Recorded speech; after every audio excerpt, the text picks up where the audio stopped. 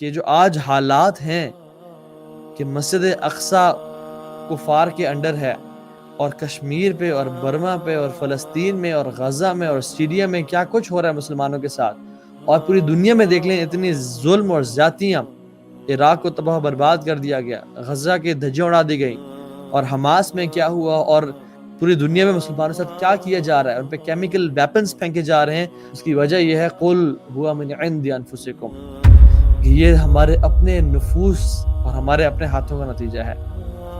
Every musibah on this earth is because of our own hands. وَمَا أَصَابَكُم مِّن مُّصِيبَةٍ فَبِمَا كَسَبَتْ أَيْدِيكُم. جو بھی تمہارے پہ مصیبت آتی ہے، ذو العرش المجید فرماتے ہیں تمہارے اپنے ہاتھوں کی وجہ سے ہے، تمہارے اپنے ہاتھوں کی وجہ سے ہے، تمہارے اپنے کرتوت کی وجہ سے ہے. ظَهَرَ الْفَسَادُ فِي الْبَرِّ وَالْبَحْرِ بِمَا كَسَبَتْ أَيْدِي النَّاسِ. فساد پھیل گیا سمندروں میں اور زمین میں، کس وجہ سے؟ بِمَا كَسَبَتْ أَيْدِي النَّاسِ، کہ جو انسانوں نے کمانا شروع کر دیا، جو ہم نے کرنا شروع کر دیا. اور اس کی وجہ یہ ہے کہ ہمارے جو اعمال ہیں وہ اتنے بگڑ گئے، ہم نے دین کو اتنا پرایا اور سٹرینجر بنا دیا، اور دنیا داری میں اتنے پڑ گئے کہ سبحان اللہ ہمیں اللہ تعالیٰ نے پھر ذلیل و خوار کر دیا. کیونکہ ہمارا یہ ماننا ہے الخیر کلہ بیدیک والشر لیس الیک، کہ ہر خیر یا اللہ آپ کی طرف سے ہے، اور ہر شر ہم اپنی طرف منسوب کرتے ہیں. شر آپ کی طرف سے نہیں ہو سکتی. شر جو ہے وہ ہمارے اپنے گناہوں اور ہمارے اپنے کرتوت کی وجہ سے ہے. The point is we didn't plan any better. They say if you fail to plan, you plan to fail. They planned hard, they worked hard. انہوں نے کام کیا اور ہم اپنی لذتوں میں اور گناہوں میں پڑے رہے.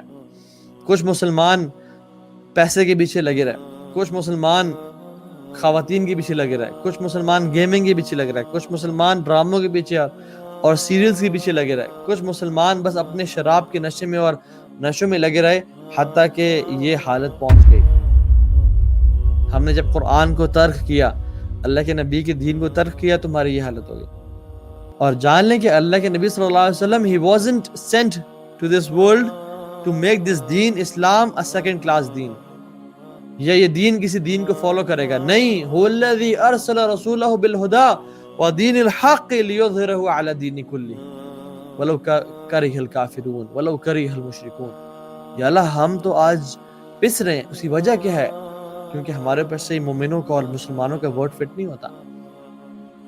آپ بازاروں میں جا کے دیکھ لیں، آپ go to any mall, go to any marketplace, آپ فیس بک کھولیں اپنا، دور مت جائیں اور دیکھیں مسلمانوں میں کیا ٹرینڈ چل رہا ہے. مسلمانوں کا جو ایمان کا درجہ حرارت ہے وہ کدھر ہے؟